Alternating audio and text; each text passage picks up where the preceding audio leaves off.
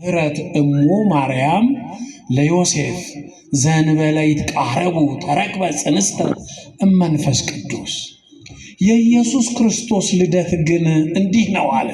ልደት ብሎ ግን ለምን አለ? ወደ ርዕሳችን መጥቻለሁ።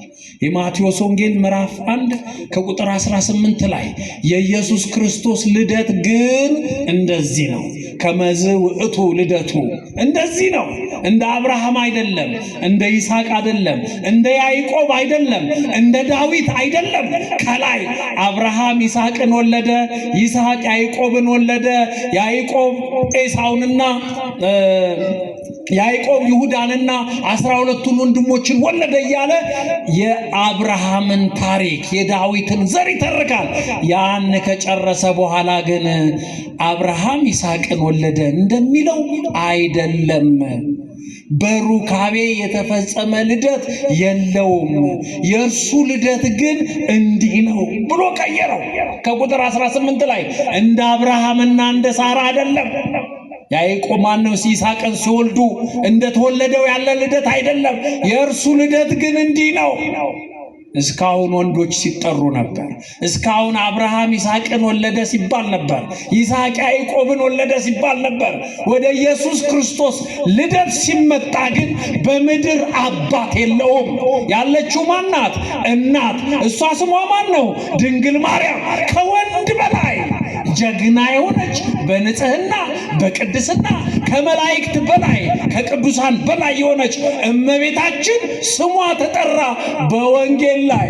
እኔ አይደለም የጻፍኩት፣ ወንጌላዊው ነው የጻፈው። የሱ የክርስቶስ ልደትማ እንዲህ አይደለም። የክርስቶስ ልደት መጠሪያው እመቤታችን ናት። ለክርስቶስ ልደት መጠሪያው ሴት ናት፣ ድንግል ማርያም ናት። አብርሃም ይስሐቅን፣ ይስሐቅ ያዕቆብን እንዳለው እንደ ተብሎ እንደተጻፈው አይነት የሚቀጥል አይደለም። የእሱ ልደት የጌታ ልደት የመድኃኔ ዓለም ልደት እንደዚህ ነው። እናቱ ማርያም ለዮሴፍ በታጨች ጊዜ ዮሴፍና ማርያም ሳይገናኙ ከመንፈስ ቅዱስ ጸንሳ ተገኘች። በእግዚአብሔር አሰራር ያለ ወንድ ዘር ያለ ሩካቤ እግዚአብሔር ራሱ ፈቅዶ ማቴዎስ በእግዚአብሔር አሰራር መሆኑን ሊገልጸን የመልአኩን ብስራት አልጠቀሰም። የመልአኩን ብስራት የጠቀሰው ወንጌላዊው ሉቃስ ነው። የሉቃስ ወንጌል ምዕራፍ 1 ከቁጥር 26 ላይ ሉቃስ ገብርኤልን አይቶ ሉቃስ መልአኩን አይቶ ወደ እመቤታችን የተላከውን መልአክ አይቶ ኢየሱስ ክርስቶስን ድንግል ማርያም እንደምትጸንስ መልአኩ ቅዱስ ገብርኤል ሲመጣ እመቤታችንን ደስ ይበልሽ ሲላት ያንን ታሪክ የጻፈው ሉቃስ ነው። ማቴዎስ ወንጌላዊው ግን የመልአኩን ብስራት አልጻፈም። ለምን ይመስላችኋል? መልአኩን ተመስሎ በመልአኩ ክንፍ በመልአኩ አንደበት ታዝሎ የመጣው በመልአኩ አንደበት ተረግጦ የመጣው እግዚአብሔር ወልድ ስለሆነ ለወልድ ትኩረት ሰጥቶ መልአኩን ትቶ ማቴዎስ ወንጌላዊው ስለ እግዚአብሔር አሰራር ነገረን። ሊቃውንትም የሚያስተምሩን ይሄንን ነው። ምን ይላሉ? በዚህ በመልክዓ ማርያም ድርሰት ላይ ሰላም ላይ ዛነኪ እለ ሰምዓ ቃሎ እግዚአብሔር እግዚ ሶበለ ገብርኤል ተመሰሉ አይደለም የሚለው ሊቃውንት።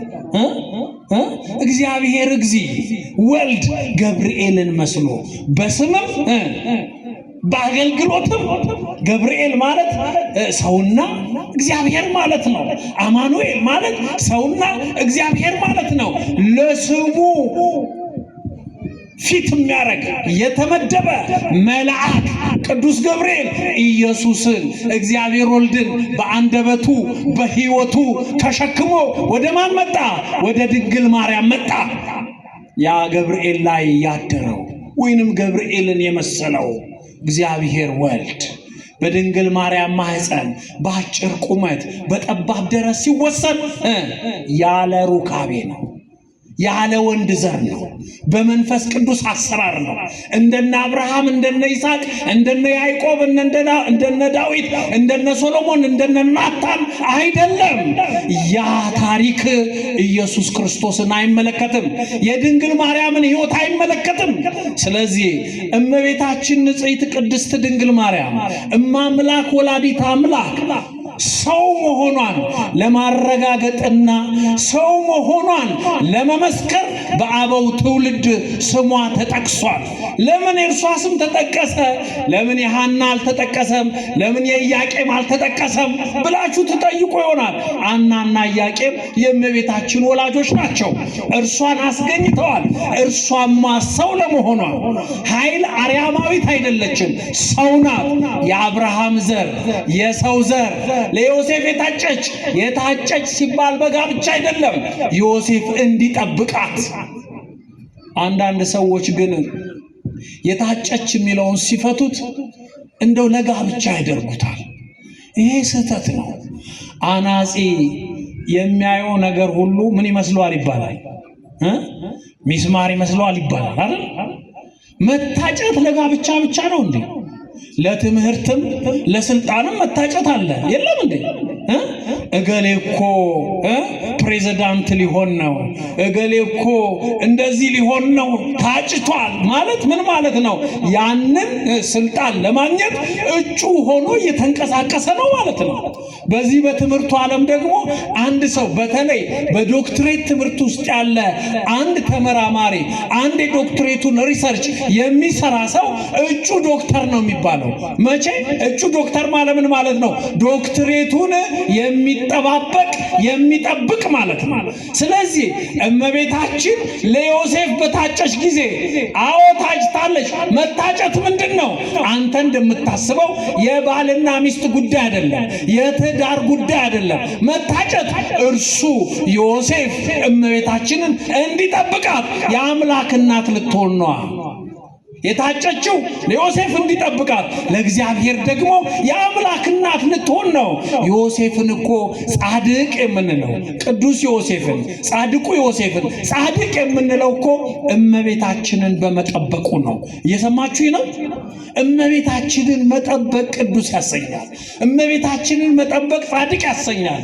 እንደው ያላወቅነው ነገር እንኳን ቢኖር እንደ ዮሴፍ ዝም ነው ማለት ያለብን። ስሙኝማ፣ እንደ ዮሴፍ ምንድን ነው ማለት ያለብን? ዝም። ዮሴፍ አልገባው። ዮሴፍ እመቤታችንን ሊጠብቅ ድንግል ማርያም ተሰጥተዋለች። ዮሴፍ መልአኩ መጥቶ ድንግል ማርያምን ሲያበስ እርሱ አልነበረም። እርሱ አናጺ ነው፣ እርሱ ግንበኛ ነው። አገር ለቆ ሌላ ሀገር ሄዷል። በዚያን ጊዜ መልአክ መጥቶ እመቤታችንን አብስሯታል። ያን ጊዜ አንድ ፈላስፋ መጥቶ አንድ ተመራማሪ መጥቶ ዮሴፍ ከሌላ ሀገር ሲመጣ ምን ሆናለች እቺ ብላቴና፣ ይቺ ማርያም የምትባለዋ ብላቴና፣ ድንግል የምትባለዋ ብላቴና መልኳ ተቀይሯል፣ ምን ሆናለች ብሎ ለዮሴፍ የነገረው ፈላስፋ ነው። ዮሴፍ ምኑንም አያውቅም። እርሱ ስራው መጠበቅ ነው። ሲያያት እመቤታችንን ደነገጠ። ዮሴፍ ምን መሰለው? ደነገጠ። በጣም ደነገጠ። ለምን እንዴ? እኔ ትቻት ሄጄ ጠብቅ ተብዬ ተሰጥቶኝ ከማን የጸነሰችው ብሎ ግራ ተጋባ። በልቦናው ምን አሰበ? አይ ከሌላ ሰው ጸንሳ ይሆናል አለ። ሃይማኖት አበው የሚለው እንደዛ ነው። ከሌላ ሰው አለ። ምን ማለት ነው? ስለዚህ እኔም በድንጋይ ተወግሬ ሞታለሁ፣ ይህንን ምስጢር ሰው ያውቅብኛል፣ አገር ለቅቄ ተሰውሬ ልጥፋ ብሎ ሲያስብ የእግዚአብሔር መልአክ የእመቤታችን ጠባቂ ብርሃናዊው መልአክ ቅዱስ ገብርኤል ክንፉን እያማታ ከሰማያት ወርዶ ዮሴፍን አስጠነቀቀው። ምን ብሎ? ዮሴፍ ሆይ እጮኛህን የምትጠብቃትን የምታገለግላትን ድንግል ማርያምን ለመውሰድ አትፍራ። የተጸነሰው ከምንድን ነው አለው? ከምንድን የተጸነሰው አለው? ከመንፈስ ቅዱስ። ዮሴፍ ግን ከምን መሰለው? ከሰው መሰለው፣ ግን አልተናገረም። ልቡናውን መርምሮ ያገኘው ማን ነው? እግዚአብሔር። ዮሴፍ ዝም አለ ያለው ወገኖቼ። አያችሁ በእመቤታችን ጉዳይ በድንግል ማርያም ጉዳይ ያልገባን ነገር ቢኖር የሚያጠራጥረን ነገር ቢኖር ያልተገለጸልን ነገር ቢኖር ከኛ የሚጠበቀው ዝም ማለት ነው። ዝም ማለት ቅዱስ ያሰኛል። ዝም ማለት ጻድቅ ያሰኛል። በማን ጉዳይ? በእመቤታችን ጉዳይ። አንዳንድ ሰዎች ግን ዝም ማለት አልቻሉ። መልአኩ ቢነግራቸውም ዝም አይሉም። እነ ዮሴፍ ዝም ማለት አልቻሉ። የዮሴፍ ንጽሕና፣ የዮሴፍ ቅድስና፣ የዮሴፍ ታላቅነት በመጽሐፍ ቅዱስ ውስጥ ታሪኩ የተመዘገበለት ለምን ይመስላችኋል? ዝም። ወንጌላዊው ምን አለ? የማቴዎስ ወንጌል ምዕራፍ 1 ከቁጥር 25 ላይ ኢያይመራ ዮሴፍ እስከ አመ ወለደት ወልደ ዘበኩራ። ዮሴፍ ማርያምን የበኩር ልጇን እስክትወልድ ድረስ አላወቃትም ማለት ምን ማለት ነው? መቼም ቅድም እንዳልኳችሁ አላወቃትም የሚለውን ቃል ሳይገናኙ የሚለውን ቃል ከጋብቻና ከትዳር ጋር የሚያያይዙ ሰነፍ ሰዎች አሉ። አላወቃትም ማለት መጽሐፍ ቅዱስ ይህንን ቃል የሚፈታው ግን ሰዎች እንደሚያስቡት አይደለም። የበኩር ልጇን በኩር ማለት መላእክት የሚሰግዱለት መዝሙር 89 ከቁጥር 26 ላይ በኩሬን ወደ ዓለም እልካለሁ። ቅዱስ ጳውሎስ ደግሞ ይህንን ጠቅሶ ዕብራውያን ምዕራፍ 1 ከቁጥር 6 ላይ በኩርን ወደ ዓለም ሲያስገባ መላእክት ሁሉ ይሰግዱለታል የተባለው በኩር እግዚአብሔር ነው እንጂ ሰፈር ውስጥ ያለው የበኩር ልጅ እንደሚባለው አይደለም። ለክርስቶስ የተጠቀሰው በኩር ማለት በዕብራይስጥ ቋንቋም በግሪክኛ ቋንቋም በግዕዝ ቋንቋም አለቃ እግዚአብሔር ተብሎ የሚፈታ ቃል ነው። የበኩር ልጇን ማለት እንጂ የመጀመሪያ ልጇን ማለት አይደለም። የተሳሳተ ነው። ድንግል ማርያም የመጀመሪያም የመጨረሻ ልጇ አንድያ ልጇ ኢየሱስ ክርስቶስ ነው። ከዛ ሌላ ልጅ የላትም። ሌሎች እንደሚፈቱት አይደለም። ዮሴፍ ግን ኢያይመራ ዮሴፍ እስከ አመ ወለደት ወልደ ዘበኩራ በኩር የተባለ ልጇን እስክትወልድ ድረስ አላወቃትም። ለምንድን ያላወቃት? የእግዚአብሔር እናት መሆኗን አላወቃት። የመድኃኔ ዓለም እናት መሆኗን ድንግል ማርያም አላወቀማ ዮሴፍ። ይህ ሚስጥር ተሰውሮታል። መልአክ ሲያበስራት አላየም። 3 ወር ከመቤታችን ተለይቶ ሌላ ቦታ ነበረ። ብዙ ሚስጥር ተከፈለው፣ ዕውቀት ተነሳው። ከመቤታችን ስንለይ፣ ከድንግል ማርያም ስንርቅ፣ ከቤቷ ስንርቅ፣ እርሷን መማፀን ስንተው ብዙ ነገር እናጣለን። ወገኖች እስኪ ማርያምን ድንግል ማርያምን የኛ ለማረግ አማላች ለማረግ መልአኩ እንዳለን የተጸነሰው ከመንፈስ ቅዱስ ነው ማለት እርሷ የእግዚአብሔር እናት ናት። እርሷ የመድኃኔ ዓለም እናት ናት። እርሷ የእግዚአብሔር ወልድ እናት ናት። የአምላክ እናት ናት። የፈጣሪ እናት ናት። ማርያምን ለመውሰድ አትፍራ፣ አንፈራ። ክብር ምስጋና ለመድኃኔ ዓለም ይሁን። አንፈራ። ዮሴፍ ፈርቶ ነበር። ምን ፈርቶ? ድንጋይ ፈርቶ። ምን ፈርቶ? የአይሁድን ማሽሟጠጥ ፈርቶ። ዮሴፍ እመቤታችንን ለመተው ሲያስብ ነበር። ወገኖቼ ዛሬ በየመንገዱ ኢየሱስ ኢየሱስ ሲሉ የኢየሱስን እናት የሚሰድቡ ሰዎች፣ የኢየሱስን እናት የሚያንጓጥጡ ሰዎች በማርያም እኮ እንድናፍር እያረጉን ነው አይደል? በእመቤታችን እንድናፍር እኮ እየፈለጉ ነው አይደለ? እኛ ግን አናፍርምም አንፈራም። ማርያምን እናውቃታለን። ፈጣሪያችን አይደለችም፣ አምላካችን አይደለችም። የፈጣሪያችን እናት፣ የአምላካችን እናት፣ አማላጃችን ግን ናት። ክብር ምስጋና ለመድኃኔዓለም። እንደዚህ ነው እመቤታችን። አትፍሩ ማርያምን ለመጥራት፣ አትፍሩ ስሟን ለመጥራት፣ አትፍሩ ያለን ያበሰራት መልአክ፣ ኃላፊነቱን የወሰደው መልአክ ቅዱስ ገብርኤል ነው። ዮሴፍ ግን ለምንድን ነው የፈራው? ለምንድን ነው የፈራው ዮሴፍ? አይሁድ ጽንሱ የማን ነው ብለው የኔን አለመኖር አውቀው እርሷንም በድንጋይ እኔንም በድንጋይ ወግሩናል ብለው ነው። ይህንን ከየት አመጣው ዮሴፍ? አይሁድ በሕጋቸው ዘዳግም ምዕራፍ 22 እስከ 25 ድረስ አንብቡት። አንዲት ሴት ከማን እንደጸነሰች ሳይታወቅ ጸንሳ ከተገኘች በድንጋይ ተወግራ ትሙት ይላል። እመቤታችን በድንጋይ እንዳትወገር ዮሴፍ ያስፈልጋል ወገኖቼ። እመቤታችን ስሟ በክፉ እንዳይነሳ ዮሴፍ ያስፈልጋል። እመቤታችን ሌላ ፍጥረት ናት ብለው መናፍቃን እንዳይነሱ ሰው መሆኗን ለማረጋገጥ አጠገቧ ዮሴፍ ያስፈልጋል። ዮሴፍ ሆይ ታስፈልጋለህ። እርሷ አማላጅ፣ እርሷ እናትህ፣ እርሷ መጽደቂያ፣ እርሷ የቅድስና ምልክትህ ናት። ማርያምን ለመውሰድ አትፍራ። ይሄ የመልአክ ንግግር ነው። የዮሐንስ ወንጌል ምዕራፍ 8 ከቁጥር 1 ላይ እንደተጻፈው ጸሐፍት ፈሪሳውያንና ሕግ አዋቂዎች፣ ሕግ የሚያውቁ መክሰስ የሚወዱ ፍርድ ቤት መመላለስ የሚወዱ ከሳሾች ወደ ኢየሱስ ክርስቶስ መጡ። ሲመጡ ግን አንዲት በዝሙት የተያዘች ሴትን በምን የተያዘች? በዝሙት የተያዘች ሴትን ይዘው መጡ። በፊቷ ቆሟት። በዝሙት መያዟን በምን አረጋገጡ? በዝሙት ይዘናት መተናል ብለው ከክርስቶስ ፊት አቆሟት ሊከሷት። እኛ እኮ ከሳሾች እኮ ነን። አሁን እዚህ ጋር እኮ ቁጭ ብለን በግራ በቀኝ እንተያያለን፣ እንተዋወቃለን። አያችሁት ገሌ አሁን ደግሞ እሱም ብሎ ቤተ ክርስቲያን ተሳላሚ አናውቀውም እንዴ? ጠንቋይ አይደለም እንዴ? ሰላቢ አይደለም እንዴ? ሟርተኛ ቁጭ ብሎ የሚፈርዳል እኮ እዚህ ቅዱስ ቁጭ ብሎ የሚፈርዳል።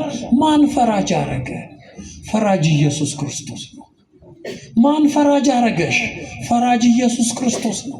ጸሐፍት ፈሪሳውያን በዝሙት የተያዘች ኃጢአተኛ ሴትን አምጥተው መምህር ሆይ ሲፈትኑት እኮ ነው። ይህችን ሴት ስታመነዝር ይዘናታል፣ በሕጋችን በድንጋይ ተወግራ እንድትሞት ታዟል። አንተ ስለ እርሷ ምን ትላለህ አሉት። ወገኖቼ የሚገል ሕግ ይዘው የሰው ነፍስ የሚያጠፋ ሕግ ይዘው ያሁን ሃይማኖት ነው። ሰውን የሚገል ሃይማኖት አይደለም። ሰው እንዲገደል በድንጋይ የሚያዝ ሃይማኖት አይደለም። ይሄንን ይዘው እኛ በድንጋይ ተወግራ ትሙት ይላል መምህራችን ሙሴ፣ እንደዛ ይላል። አንተ ምን ትላለህ አሉት። ወገኖቼ ስሙኝማ፣ እቺ ዘማዊቷ ሴት ስታመነዝር ያዝናት ያሏት ሴት ብቻዋን እኮ ነው ያመጣት። ሰው ብቻውን ያመነዝራል እንዴ?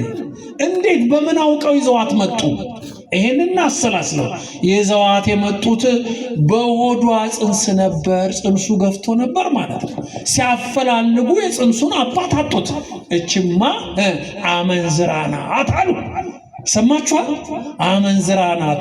ባሏንማ ከየትን ፈልጋ ራሷ ታምጣው። የጽንሱን ባለቤትማ ከየትን ፈልጋ ራሷን ታምጣው።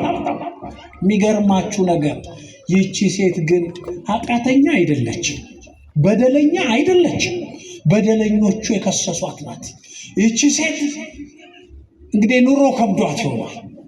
ይህቺ ሴት እኛ አንፈርድባትም፣ እግዚአብሔር ነው ሕሊናዋን የሚያውቀው። በኖረችበት ቤት ተመላልሰው የደረሱባት እኮ የከሰሷት ሰዎች ናቸው። ብዙ ሰዎች አንዱ ዛሬ ይመጣል፣ ሌላኛው ነገ ይመጣል፣ ሌላኛው ከነገ ወዲያ ይመጣል፣ ሌላኛው ጠዋት ይመጣል፣ ሌላኛው ማታ ይመጣል። ይህቺ ሴት ከየትኛው እንደጸነሰች አታውቀውም። እየሰማችሁ ነው። እነዚህ ግን ራሳቸውን ጻድቅ የሚያረጉ ማታ ማታ ተከናንበው እዚህ ሴት ጋር የሚገቡ ጠዋት ሊፈርዱባት ወደ ክርስቶስ ወሰዷት። ያቋታላ። እንዲህ ነው የዓለም፣ እንዲህ ነው። አብሮ ካንተ ጋር የሆነ አብሮሽ ካንቺ ጋር የሆነ ካንቺ ጋር የተኛ ኃጢአት ያሰራሽ በማግስቱ ይከስሻል፣ በደለኛ ያረግሻል፣ በደለኛ ታረጋለች። ከክርስቶስ የሚሰወር ነገር የለም። ኢየሱስ ክርስቶስ ምን አለ? ከሳሾቹ ከእናንተ ኃጢአት የሌለበት ምን ማለት ነው? ይሄንን ኃጢአት ያልሰራ ከእሷ ጋር ያልተኛ በድንጋይ ይውገራት። እርስ በርሳቸው ሲተያዩ ሁሉም አንዱ ግንባር ላይ መሽቀል በስንት ሰዓት እሷ ቤት እንደሄደ ግንባሩ ላይ ኃጢአቱ ተጽፏል። ተፋፍረው ውልቅ ብለው ወጡ። ድንጋይ ይዘው የመጡት ሰዎች ድንጋዩን አስቀምጠው ሹልክ ብለው ወጡ። አቤት አቤት! እንደው እኛ ይሄ ቅድስና አልተሰጠንም። ይሄ እግዚአብሔርነት ባህሪ ነው። አሁን እግዚአብሔር በግንባራችን ላይ አንዳንድ ነገር ቢጽፍብን እዚህ እንቀመጣለን። አሁን እኮ በእግዚአብሔር ምሕረት ነው ያለነው እግዚአብሔር ቤት። እኛ ግን ልክ ራሳችን እንደ ጻድቅ አድርገን እንከሳለን። ኢየሱስ ክርስቶስ ምን አለ? አንቺ ሴት ከሳሾቹሽ ወዴት አሉ? ዞር ስትል ማንም የለም። ከሳሾቹ ብንትን ብለው ጠፍተዋል። እርሷ ብቻዋን ቆማለች። ክርስቶስ ምን አለ? አልፈርድብሽም አላት። ምን አላት? አልፈርድብሽም። ለምን እዚህ ውስጥ እንደገባች እሱ ያውቃል። አስፈራርተዋት ባለስልጣኖች ናቸው፣ ባለገንዘቦች ናቸው። ይሄንን ካላደረሽ እንዲህ ትሆኛለሽ ብለው አስፈራርተዋት በማህፀኗ ጽንስ እንዲኖር አድርገው በዛ ከሰው እንደገና ሊያጠፏት። ይሄ እኮ ግፍ ነው። እኔ አልፈርድብሽም ኢተአብሲ ዳግመ አለ። እግዚአብሔር እንዴት መሐሪ ነው! ሁላችንን ምሮናል። ክብር ምስጋና ለመድኃኔዓለም። መሐሪ ነው እግዚአብሔር። ሰው ነው የሚፈርድብን፣ ሰው ነው የሚከሰን። ባላወቀው ባልገባው ጉድለታችንን ባልተረዳው ሰው ይከሰናል ላያችንን አይቶ። እግዚአብሔር ግን አይከሰንም። እግዚአብሔር ስለኛ ይቆማል፣ ስለኛ ይፈርዳል። ይሄ ነው የኔና የእናንተ ጌታ የድንግል ማርያም ልጅ። ይሄንን ፍርድ ነው እመቤታችን ያመለጠችው በአይሁድ ፊት። ማን አጠገቧ ስላለ? ዮሴፍ አጠገቧ ስላለ። እመቤታችንንም እኮ ጽንሷ ሲገፋ ምን ሊሏት ነው? አመንዝራለች ሊሏት፣ በድንጋይ ሊያስወግሯት ነው። በልባቸው አስበውታል። ዮሐንስ ወንጌል ምዕራፍ 10 ከቁጥር 58 ጀምሮ ስታነቡ ኢየሱስ ክርስቶስን እኮ ጸያፍ ቃል ተናግረዋል እነዚሁ ከሳሾቹ። እኛ የአብርሃም ልጆች ነን፣ እኛ የይስሐቅ ልጆች ነን፣ እኛ የቃል ኪዳን ልጆች ነን፣ እንዳንተ በዝሙት አልተወለድንም አሉት። የሰማችሁ ነው። እንዳንተ ሎቱ ስብሐት። ይሄ እኮ አይባልም። እርሱ መድኃኔዓለም፣ እርሱ የኛ አዳኝ እንዴት በዝሙት! እንኳን እርሱ እመቤታችን ስትወለድ በንጽህና በቅድስና ነው። ለዚህ ነው ጠዋት ቅዳሴው ላይ ስትሰሙት ኦ ድንግል አኮ በፍቶተ ደነዝ ዘተጸነስኪ አላ በሩካቤ ዘበሕግ እምሃና ወኢያቄም ተወለድኪ። ድንግል ሆይ እንደ ዕብራውያን ሴቶች አንገታቸው እንደሚያገዝፉ ሴቶች በዝሙት በውስልትና የተጸነሽ አይደለሽም። የዝሙት ውጤት አይደለሽም። የኃጢአት ውጤት አይደለሽም። የጠጅ የውስኪ የቢራ ውጤት አይደለሽም። ሎጥን አስክረው የሎጥ ልጆች እኮ ከአባታቸው ልጅ ወልደዋል። በማስከር ሕይወቱን እንዲስት በማድረግ ዕብራውያን ያላቸው እነዚህን ነው። ሁሉን ዕብራውያን አይደለም። የሎጥ ልጆች አባታቸውን አስክረው ታላቅና ታናሽ ሴት ልጆች ከአባታቸው ጋር ተኝተው ልጅ ወልደዋል። አንዱ ሞዓብ፣ አንዱ አሞን ተብሏል። የእግዚአብሔር ቤት እንዳይገቡ ተቀጥተዋል። እይባ ሞዓባዊ ወአሞናዊ እስከ ሳልስ ወራብ ትውልድ ተብሎ ሕግ ተጽፎባቸዋል። እስከ 4 ትውልድ እስከ 3 ትውልድ ድረስ የእግዚአብሔርን በረከት አያገኙም ተብሎ ተጽፎባቸዋል። ሞዓብና አሞን እናታቸው የሁለቱ ወንዶች ልጆች እናት የሎጥ ልጅም ሚስትም ሁለት እህትማማቾች። ይሄ ከባድ ኃጢአት ነው። እንደዚህ እኮ ነው የዓለም የሚሰራው። ራሱን ጻድቅ ያደርጋል እንጂ። እመቤታችን ግን እንደዚህ እንደ ሎጥ ልጆች ወይንም እንደ ሎጥ ቤተሰቦች በስካር በአልኮል መጠጥ በዝሙት በመዳራት የተገኘች አይደለችም። ድንግል ማርያም በንጽህና በቅድስና በሕገ እግዚአብሔር ከሚኖሩ ከሐናና ከኢያቄም የተወለደች ንጽሕት ቅድስት ድንግል እናት ናት። ድንግል ማርያም። ክብር ምስጋና ለመድኃኔዓለም።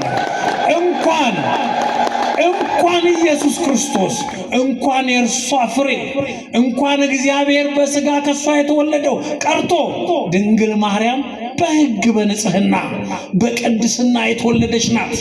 ምንም እንኳን እናቷ አባቷ ዘመዶቿ እንዳልኳችሁ ከአብርሃም ጀምሮ የአዳም ኃጢአት በደል ያለባቸው ቢሆኑም ከነሱ መሃል የምታበራ ንጽሕት የሆነች እመቤታችንን መርጦ እናት አደረገልን። ክብር ምስጋና ለመድኃኔዓለም ይሁን።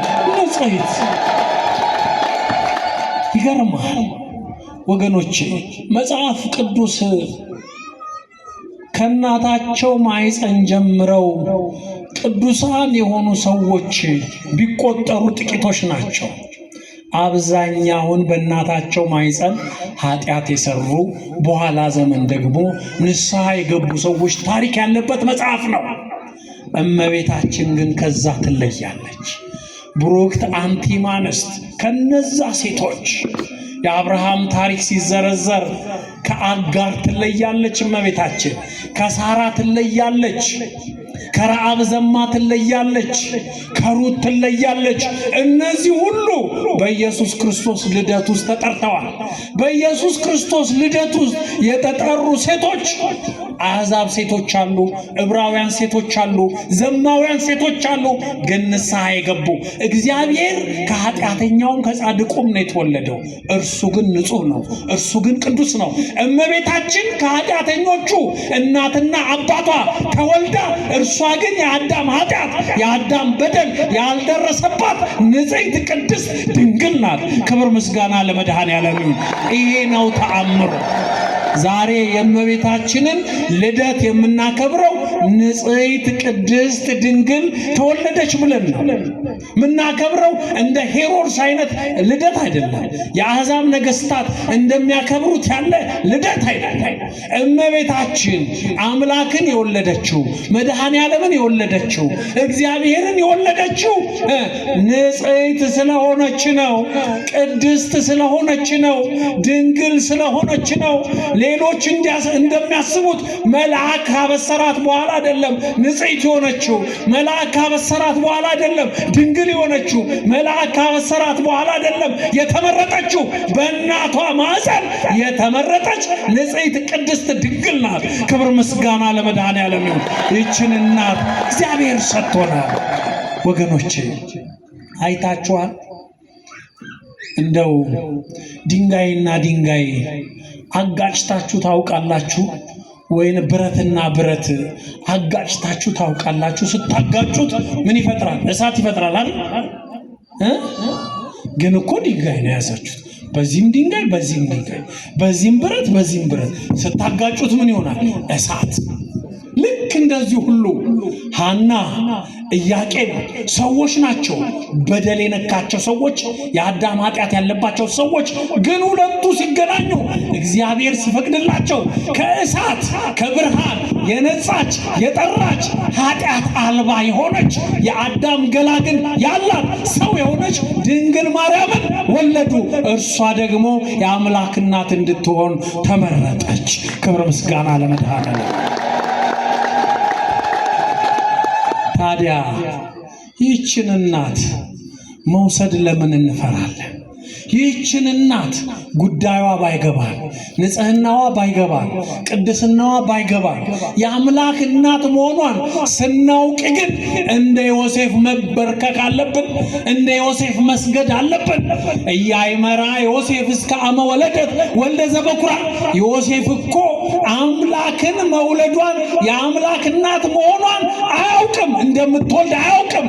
ያወቀው እመቤታችን በከብቶች ግርግም ኢየሱስ ክርስቶስን ስትወልድ ሰማይ ሲከፈት መላእክት ሲወርዱ እረኞችና መላእክት በጋራ ሲያመሰግኑ ዮሴፍ ተሳስቻለሁ ብሎ እመብርሃን እግር ላይ ወደቀ።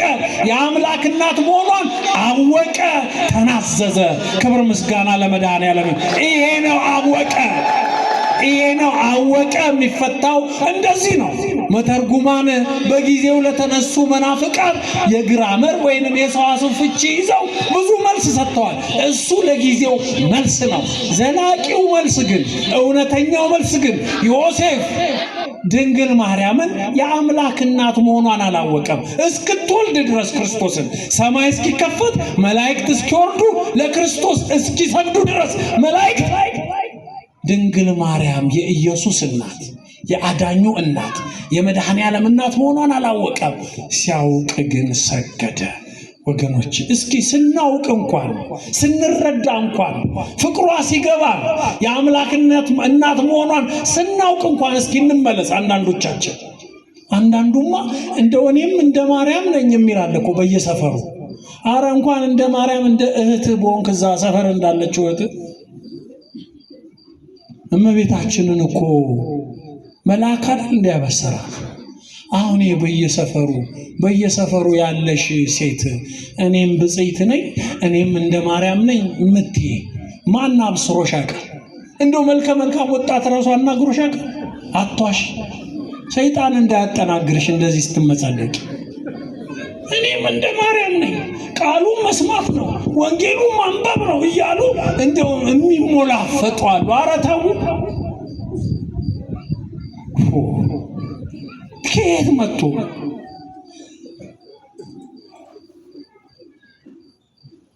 ጥንቸል እንደ በሬ አገሳለሁ ብላ ፈንድታ ሞተች።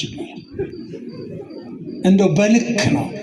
አንዳንዴ ደግሞ ሰው ሲሳሳት እኮ ለንስሐ በዝም ነው የሚባለው። ባልገባን ነገር እንደ ዮሴፍ ዝም ሲገባን ለመብርሃን መስገድ።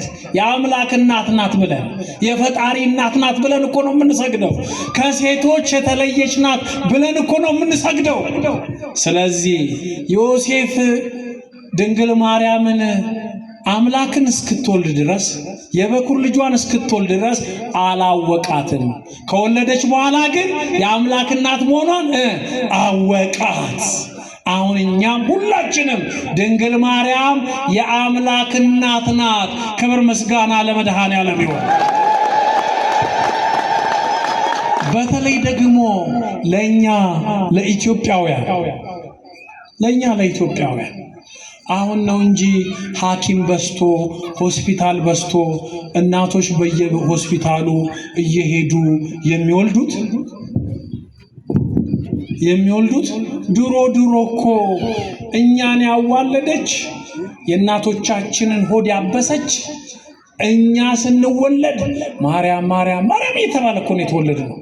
አሁን ነው ሴቶችም አናምጥም ሆዳችንን ቅደዱ እያሉ በየሆስፒታሉ ገና እኮ ያውም እኮ ልጁ 9 ወር ሳይሆነው በ8 ወር የሚወለድ አለ፣ በ7 ወር ያላለቀ ልጅ እኮ ነው የሚንቀሳቀሰው ከተማ ውስጥ። አንዳንዱ እድገቱን ያልጨረሰ ስንት አለ መሰላችሁ በየከተማው። እዛ እድገቱን ሳይጨርስ ይመጣል እናት ሆድ ውስጥ እድገቱን ሳይጨርስ በ7 ወር ሐኪም ደግሞ የሚያወራ ሁሉ እውነት መሰላችሁ ነው። አንዴ ወሩን ሲቆጥር ይሳሳታል። አንዴ ወንድ ነው የምትወልጂ ብሎ ሴት ትወልጃለሽ፣ ሴት ነው የምትወልጂ ብሎ ወንድ ትወልጃለሽ። ምስክር ከሌለ ልጅ የተሰረቀ ብለሽ ነው የምትጮዩ። ሐኪምን አምነሽ ስትወልድ እናት መቼም ምጥ ነው አይደለ? ምን ወንድ ትውለድ ሴት ትውለድ አታቀምጥ ነው፣ ራሷን ትስታለች። ሐኪም አስቀድሞ የምትወልጂው ወንድ ነው ብሏታል። ስትወለድ ሴት ነው። ሲቀፍቀፍ አድርገው ጠለፍለፍ አድርገው በጨርቅ አስቀምጧታል። እናት ብንን ስትል እስቴ ልጄን አምጡ ታውቀዋለሁ ወንድ ነው ትላለች። ሲያመጡ ሴት ልጅ የተሰረቀ። በየሆስፒታሉ ጩኸት እኮ ስንት ጣጣ አለ መሰላችሁ። አረኛ በሰላሙ ጊዜ ነው የተወለድነው እኮ እኛ በሰላሙ ጊዜ ማርያም የተባለ እናቶች ሲመጡ እናቶቻችንን እንኳን ማርያም ማረችሽ ተብሎ እኮ ነው አይደለ እንዴ? እኛ ማርያም ሐኪማችን ስፔሻል ሐኪማችን ናት። ክብር ምስጋና ለመድኃኔዓለም ሐኪማችን። ይሄ ደግሞ ዝም ብሎ ኢትዮጵያውያን እኛ የፈጠርነው አይደለም። እስኪ የሉቃስ ወንጌል ምዕራፍ 1 ከቁጥር 26 ጀምራችሁ ከቁጥር 47 ጀምራችሁ እስኪ አንብቡት። የእመቤታችን ዘመድ ኤልሳቤጥ መጥምቁ ዮሐንስን ጸንሳ ኤልሳቤጥ መጥምቁ ዮሐንስን በጸነሰች በ6ኛው ወር ድንግል ማርያም በመልአክ ብስራት ኢየሱስ ክርስቶስን ጸነሰች። መልአኩ የኤልሳቤጥን መጽነስ የነገራት ለእመቤታችን እኮ መልአኩ ነው። እመቤታችንና ቅዱስ ገብርኤል ሲነጋገሩ ቅዱስ ገብርኤል ከሰማይ የአዳኙን ስም፣ የፈራጁን ስም፣ የኢየሱስን ስም ተሸክመው መጣ።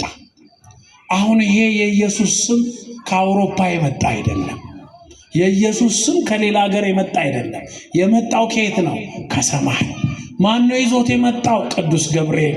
በመጀመሪያ የሰማችው ማናት? ድንግል ማርያም በመጀመሪያ የሰማችው። አሁን ኢየሱስ ማለት የምትችል እሷ ናት። ኢየሱስዬ ማለት የምትችል እሷ ናት። ልጇ ነው። አንተ ምን ስለሆንክ ነው ኢየሱስዬ የምትለው? አምላክህ እኮ ነው። ማን እንደዚህ አቆላምጣለ? በምን ቅድስና፣ በምን ንጽህና? አረታ ቶማስ እንደዚህ ነበር ተደፋፍሮ ኢየሱስ ከሞት አይነሳም ችንካሩ ካላየዋለ ናንካ ተባለ አይደል? ሰምታችኋል። ሰሞኑን በትንሣኤ ሲል ነበር ናንካ ተባለ። የኢየሱስን ጎን ሲነካ እጁ ተኮማተረ። ጌታዬ አምላኬ ብሎ ደነገጠ። መንካት ከፈለክ ንካ። እግዚአብሔር ሲያዝንልህ ግን እንዳትቀሰፍ። በጥርጣሬ ውስጥ ሆነ ከሆነ ግን እንደ መግደላዊት ማርያም አትንኪኝ ብሏት የለም። ተጠራጥራ እኮ ነው።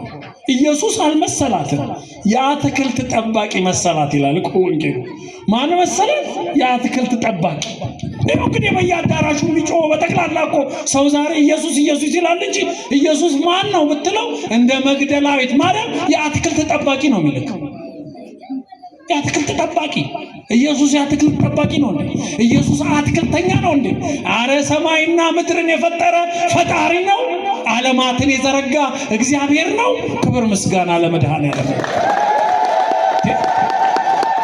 ኢየሱስ ክርስቶስ መልአኩ ቅዱስ ገብርኤል ወደ እመቤታችን መጥቶ ሲያበስራት እንዴት ያለ ሰላምታ ነው አለችው። ታሪኩን ታውቁታላችሁ፣ አልተረክላችሁ። ዋናው ግን ይሄ ነገር እፎኑ ይከውነኒ ዝንቱ አለች። ያለ ወንድ ዘር እንዴት ሰው ይወለዳል? ያለ ወንድ ዘር እንዴት ጽንስ በማህፀን ይቀረጻል ብላ ጠየቀችው። እንዘ ይአምር ብእሴ። ቅዱስ ገብርኤል ምንድን ነው ያላት? ለእግዚአብሔር የሚሳነው ነገር የለም። ከዚህ ውጭ መልስ የለውማ። እኔ ይሄ ቃል ደስ ይለኛል። አንዳንድ ጊዜ የኛ ቤተክርስቲያን ሰዎችም ሰንበት ተማሪውም እንደኔ አይነቱ ሊቅም ሌላውም ስጠይቁት መጽሐፍ ቅዱስ አላውቀውም ማለት ስለሚያሳፍረው ምን እንደሚላችሁ ታውቃለህ? ዝም ብለህ ተቀበል፣ ለእግዚአብሔር የሚሳነው ነገር የለም ይላል። አልሰማችሁም? አላውቀውም ግን ጥሩ ነው። ለእግዚአብሔር የሚሳነው ነገር የለም። አዎ፣ ታዲያ አንተ መመለስ የምትችለው ግን ተከራክረ መመለስ አለብን። እመቤታችን እኮ ተከራክራ መልሳ ቅዱስ ገብርኤል መልስ ሲያጣ ነው ለእግዚአብሔር የሚሳነው ነገር የለም ማስረጃ ብሎ ጠቀሰ ቅዱስ ገብርኤል። ኤልሳቤጥ እንኳን አርጅታ መካን ስትባል የሰው መሳቂያ ስትሆን ይኸው በስተርጅናዋ ጸንሳለች። ይሄ ለእመቤታችን ማስረጃ ይሆናል? አይሆንም። ለምን? ኤልሳቤጥ እንደጸነሰችው በመጽሐፍ ቅዱስ ሳራም ጸንሳለች አርጅታ። ይሄ ከማርጀት ጋር የተያያዘ አይደለም። የድንግል ማርያም ጉዳይ በ15 ዓመቷ ያለ ወንድ ዘር አምላክን መውለድ፣ ይሄንን የሚገልጽ ማስረጃ መጽሐፍ ቅዱስ ውስጥ የለም። ይሄ ለእግዚአብሔር የሚሳነው ነገር የለም የሚያሰኘው ይሄ ነው። ገብርኤል እመቤታችንን ሲያበስራት ሲያስረዳ የእርሷን ሕሊና ሲጠብቅ ምን አለ? በዛውም የኤልሳቤጥን መጸነስ ሲነግራት እነሆ ዘመድሽ ኤልሳቤጥ፣ አንድም ከሰው ወገን መሆኗን እየነገራት ነው። ዘመድሽ ኤልሳቤጥ እኮ ከጸነሰች 6 ወር ሆኗታል አላት። ማ ቅዱስ ገብርኤል። እንዴ ኤልሳቤጥማ ከጸነሰች እርሷም በግራ መጋባት ውስጥ በመደነቅ ውስጥ ነው ያለችው፣ እኔም በመደነቅ ውስጥ ነው ያለሁት። ስለዚህ በጋራ ለምን አልጨዋወትም ከዘመዴ ከኤልሳቤጥ ጋር ብላ ወደ ተራራማው ወደ ኤፍሬም ሀገር ወደ ኤልሳቤጥ ቤት እመቤታችን ሄደች። በኤልሳቤጥ ቤት እመቤታችን ስንት ወር ቆየች ይላል መጽሐፍ ቅዱስ ያነበባችሁ፣ የሉቃስ ወንጌል ምዕራፍ 1 ያነበባችሁ። እመቤታችን ከኤልሳቤጥ ጋር በአንድ ቤቱ ስንት ወር ቆየች ይላል? 3 ወር። ዮሐንስ ከተጸነሰ በስንት ወሩ ነው ሄደችው እመቤታችን? በ6 ወር 3 ወር ሲደመርበት ስንት ይሆናል? ያኔ ማን ይወለዳል? ዮሐንስ ሲወለድ እመቤታችን እዛ ነበረች። እንኳን ማርያም ማረችሽ ማለት የመጣው ከዛን ጊዜ ጀምሮ ነው። መጥምቀ መለኮት ቅዱስ ዮሐንስ ከኤልሳቤጥ ማኅፀን ሲወለድ በመልአክ ብስራት የተበሰረው ቅዱስ ዮሐንስ ከዘካርያስና ከኤልሳቤጥ ሲወለድ ያን ጊዜ እመቤታችን ኤልሳቤጥን በማረጋጋት ሆዷን በመዳበስ ማኅፀኗን በመንካት በቀላል እንድትወልድ ያደረገች እናት ናት። ክብር ምስጋና ለመድኃኔዓለም ይሁን። ምጥ ሳይኖርባት ኤልሳቤጥ ምጥ ሳይኖርባት መከራ ሳይኖርባት ጋር ሳይኖርባት ፍራቻ ሳይኖርባት ኤልሳቤጥ እኮ አርጅታለች። ያረጀች እናት እንዴት ነው አምጣ የምትወልደው? ይሄ እመቤታችን ስትቀርበን ወደ ቤታችን ስትገባ የሚፈጸም ነው። ዛሬ የ15 ዓመት የ18 ዓመት የ20 ዓመት ሴት ወጣት ግን እንደሄደች ብቻ ሆስፒታል እዚህ ላይ ውጉኝ ማማጥ አልችልም ትላለች። አሁን ምን ይባላል? ኤልሳቤጥ እኮ አርጅታ እኮ ነው። አያችሁ፣ እምነት እኮ ነው። እምነት ለውስጣችን የምንነግረው እምነት። አሁን እርግጠኛ ነኝ 90% የኢትዮጵያ ሴት በኦፕራሲዮን ወልዳለሁ ነው የሚለው። ማርያምን እየረሳ እመብርሃንን እየረሳ ወላዲት አምላክን እየረሳ፣ እኛ ግን አንረሳትም። ክብር ምስጋና ለመድኃኔዓለም ነው። እርሷ ሐኪማችን ናት። እርሷ ሆስፒታላችን፣ አስተናጋጃችን፣ አማላጃችን፣ የንጽህናችን ምልክት ናት። እርሷ የአምላክ እናት ናት። እርሷ ከሴቶች የተለየች ናት። እርሷ ንጽሕት ናት። ዓለምን ያዳነውን መድኃኔዓለምን የወለደች ናት። ከሴቶች መካከል የተለየች የምትበልጥ ናት። የምትበልጥ እመቤታችን መለየት ብቻ አይደለም፣ የምትበልጥ ከሔዋን ትበልጣለች። የእግዚአብሔር እጅ ካበጃጃት የእግዚአብሔር እጅ ካበጃጃት ሔዋን እኮ የእግዚአብሔር እጅ ነው የሰራት። እመቤታችን ግን ከሐናና ከኢያቄም በሩካቤ ሥጋ የተገኘች ናት። ሆኖም የእግዚአብሔር እጅ ከሰራት ከሔዋን በሩካቤ ሥጋ የተወለደችው እመቤታችን ትበልጣለች። አዎ ትበልጣለች።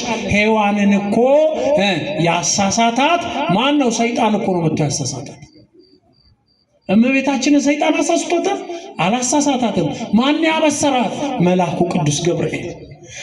ሔዋንን ሰይጣን አሳስቷት ማንን ወለደች? ነፍሰ ገዳይ ቃኤልን ወለደች። ከማጋ ተማክራ? ከሰይጣን ጋር።